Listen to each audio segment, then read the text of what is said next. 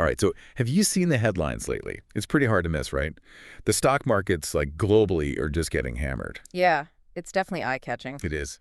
It's the biggest drop we've seen since, well, the whole COVID panic. And, before that, you have to go all the way back to 2008, the financial crisis. Right. It really makes you wonder what's going on. Yeah, I mean, it makes you step back, right? And this is why we're doing this whole deep dive, because what's really interesting here is that this is all tied to U.S. President Donald Trump and these escalating tariffs on China. Yeah.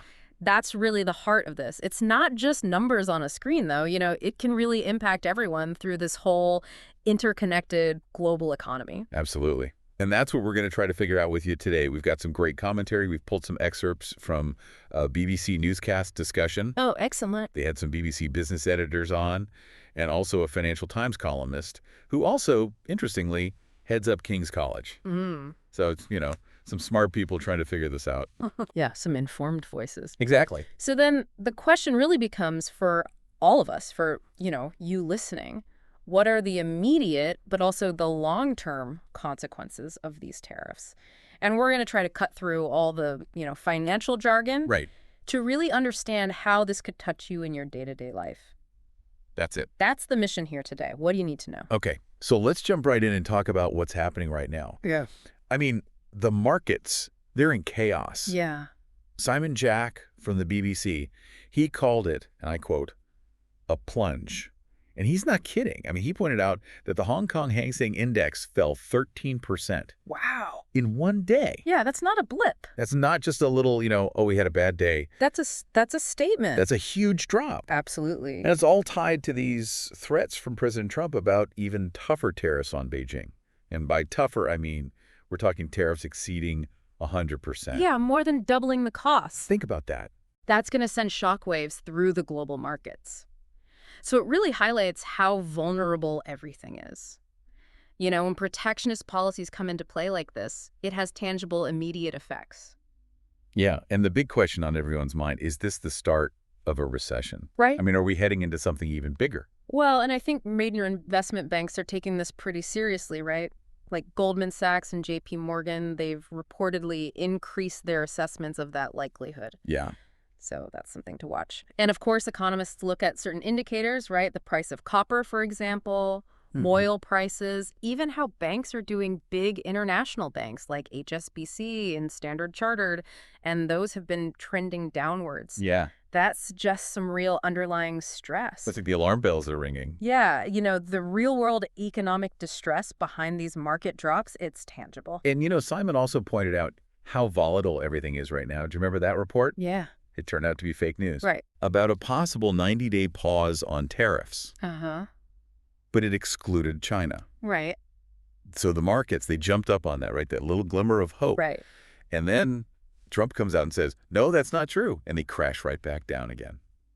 Talk about uncertainty. It's a roller coaster, right? Yeah. Makes it very difficult to plan. Businesses, investors, everyone's on edge trying to, guess what's next. Totally.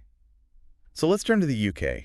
How's the UK reacting to all of this? Well, good question. Prime Minister Sunak, he decided to pay a visit to Jaguar Land Rover. Interesting. Chris Mason from the BBC, he had this very vivid description of Sunak standing on the production line as these cars are slowly moving along behind him. I thought that was very interesting. I mean, it's a deliberate backdrop, right? You have to wonder why JLR specifically. Yeah. Well, they export a quarter of their cars to the U.S. Wow. So these new tariffs have a direct hit on their business. I mean, they've had to pause exports. And it's not just about their profits. It affects thousands of jobs, people's livelihoods. This is how global trade disputes become very real, very local. It's all interconnected. Totally. Chris actually spoke to some of the workers there. And, these are people who have been through the ups and downs, and they are worried. Yeah, I bet. The U.S. market is so huge for them, this feels different. It's their bread and butter. Yeah. And it really highlights, even with the Prime Minister's visit, the UK's lack of control here. What can they really do? Right. And the Prime Minister's message is all about keeping calm and focusing on making global trade deals and reducing those trade barriers. Sure. It's a good message, but it really shows you just how limited their influence is, right? Even if negotiations with the U.S. go smoothly, who knows what Trump will decide in the end? Unpredictable. Exactly. And it's worth remembering, as Chris pointed out, the UK already has a 10% tariff on goods beyond the car industry, which is lower than some other countries, but, it doesn't help much when the U.S. is throwing up these massive barriers. It doesn't. So what's the UK's overall plan here, do we think? Well, it's interesting, right? They're putting on this brave face, emphasizing their belief in government intervention, but you can sense they know their hands are tied. Yeah. You know those announcements about electric vehicles and life sciences and the talks with India about a trade deal? That was likely in the works anyway. Right. But now it takes on new significance, right? They need to diversify their relationships beyond their traditional partners. Makes sense. Okay. Let's switch gears for a second. Right. What about us consumers? What about cheap goods? If these tariffs mean Asian products can't get into the U.S., could we see like a flood of cheap toys for Christmas in the UK, for example? Well, it's an interesting question. This gets into the concept of dumping. Okay. When companies can't sell their products in their main market, in this case, the U.S., they might try to offload them elsewhere at super low prices, even below cost. Right. That could mean lower prices for consumers, maybe even lower inflation, but it's devastating for domestic producers who can't compete with those artificially low prices. It's a double-edged sword, isn't it? It is. Cheap toys are great, but not if it puts UK toy makers out of business. Exactly. And Simon brought up the UK's Trade Remedies Authority.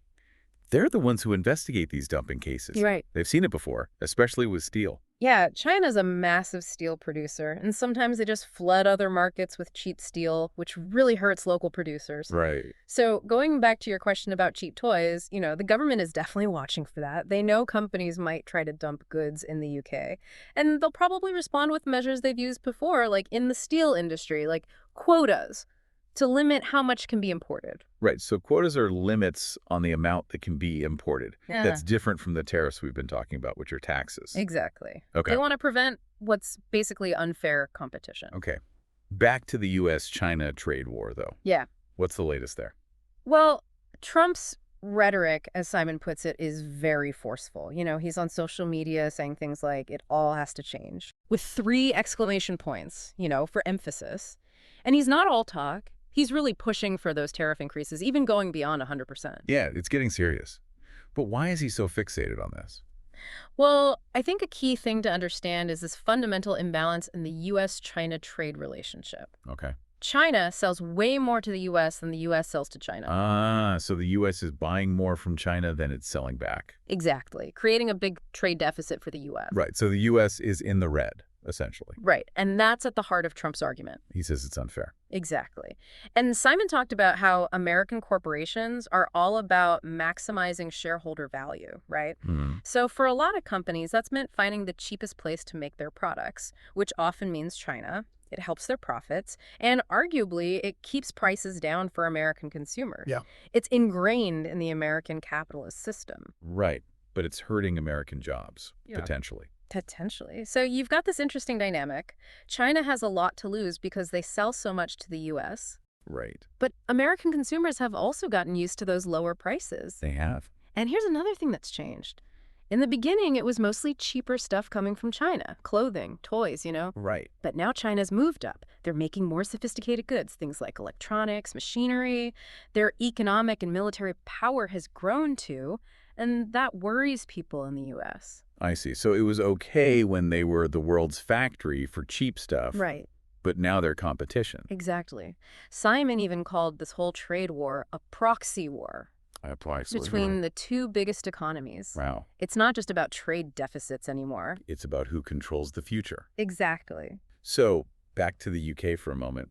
They're facing some tough decisions. They are. The Prime Minister got some pointed questions at that JLR factory. What kind of questions? About protectionist measures, things like import quotas on cars, even nationalizing steel production. And he didn't rule anything out. Said he was open-minded about quotas and that all options were on the table for steel. So they're really considering it. It shows you how worried they are.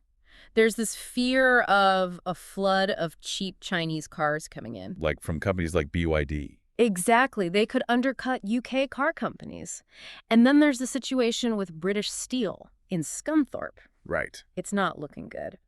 Talks about switching to electric arc furnaces seem to have stalled, even with the government offering money. So nationalization is a last resort, but it's on the table. Wow. It tells you something, right? The UK loves its free market, but when push comes to shove, They'll do what they have to do. they'll protect their key industries. Okay, let's bring in Gillian Tett. She's got a really interesting take on all this. She thinks there might be a method to Trump's madness. Right, she talks about Trump 1.0 and Trump 2.0. Okay. This administration is much more driven by Trump's own instincts, and he's surrounded by advisors who aren't part of the usual establishment. Interesting. So it's all about Trump's vision. It seems that way. And while he's not your typical economist with a detailed plan, he has very clear goals. Like what? He wants to bring manufacturing back to the U.S. He wants more self-sufficiency. His team talks about Main Street, not Wall Street. So he's putting workers first, he's saying. That's the message. And Gillian points out that his advisors do have a plan, even if it's unconventional. To make America self-sufficient. Exactly. They want to reduce reliance on cheap imports and boost domestic production. These tariffs aren't just random, they're part of a strategy. I see. And it's interesting, right? Trump used to brag about the stock market all the time. Now he says the market downturn is pain that has to be endured. So he's not backing down. Nope. And that's why the markets are falling. Investors thought he'd intervene, but now they realize he won't. And is he right? Will people accept this pain? That's the million-dollar question. Gillian makes a point, only about half of Americans own stocks. Right. And it's mostly the wealthy who own the majority of those stocks. So Trump's advisors might be thinking, let them feel the pain. It's all for the greater good, they're saying. Right, for the benefit of ordinary workers. But will voters tolerate it? Will Trump's wealthy donors stick with him? It's a gamble. A huge one. And will it even work? This whole draconian economic strategy, as Gillian calls it, it's unprecedented. We haven't seen anything like this in peacetime. So it's uncharted territory. Totally. And, even people like Bill Ackman, he's a big investor. He's calling for a pause on the tariffs. He's warning about a self-induced economic nuclear winter. Wow. And Elon Musk, he usually sides with Trump, but he even posted videos by Milton Friedman. The Economist. Yeah, who is very critical of tariffs. So there's disagreement even within Trump's own camp. Absolutely. Gillian talks about the different groups around Trump. The nationalist populists, they love this protectionist stuff. Yeah. Then you've got the techno-libertarians who are worried about their global businesses. And then the traditional Republicans, they're free market guys. And they're horrified by these tariffs. There's a recipe for, well, who knows what. Right, could go either way. Trump's betting on a long-term revival of the American economy. But he risks a market crash and a recession if he's wrong. High stakes. Very high. Gillian thinks it might work out in the end. She compares it to what Paul Volcker did with interest rates back in the day. To combat inflation. Exactly. It was painful, but it worked. But she's also very clear about the risks. Yeah. This is a volatile situation. The Trump administration is laser-focused on China, and things could escalate even further. Even after China has already retaliated. Exactly. There's a chance for some kind of grand bargain, or Trump could change course. Really? But right now, it's anyone's guess. As Gillian puts it, it's all pretty nervous. Nervous times indeed. Yeah. And she even mentioned a potential rift between Trump and Elon Musk. Yeah, over economics. And, the pressure Musk is facing with Tesla. So even the titans of industry are feeling the heat. So to sum up from this deep dive, we've seen global markets take a hit thanks to Trump's tariffs on China. The UK is feeling vulnerable, especially industries like car manufacturing. And the question of cheaper goods for consumers is complicated because it could hurt domestic businesses. Right. And ultimately, Trump's policies are a huge gamble with uncertain long-term effects for everyone. It's a lot to think about. And here's a final thought for you all. No matter where you are in the world, how might all of this affect you personally? Your finances, your job, the cost of living. It's a good question. It really goes beyond the headlines. What are the long-term implications? Absolutely. We encourage you to look into some of the things we talked about. Check out those economic indicators. Right. Yeah. Read up on U.S.-China relations. See how this might impact industries you care about. Yeah, arm yourself with knowledge. Exactly, and form your own opinions. Thanks for diving deep with us. Of course. See you next time. See you then.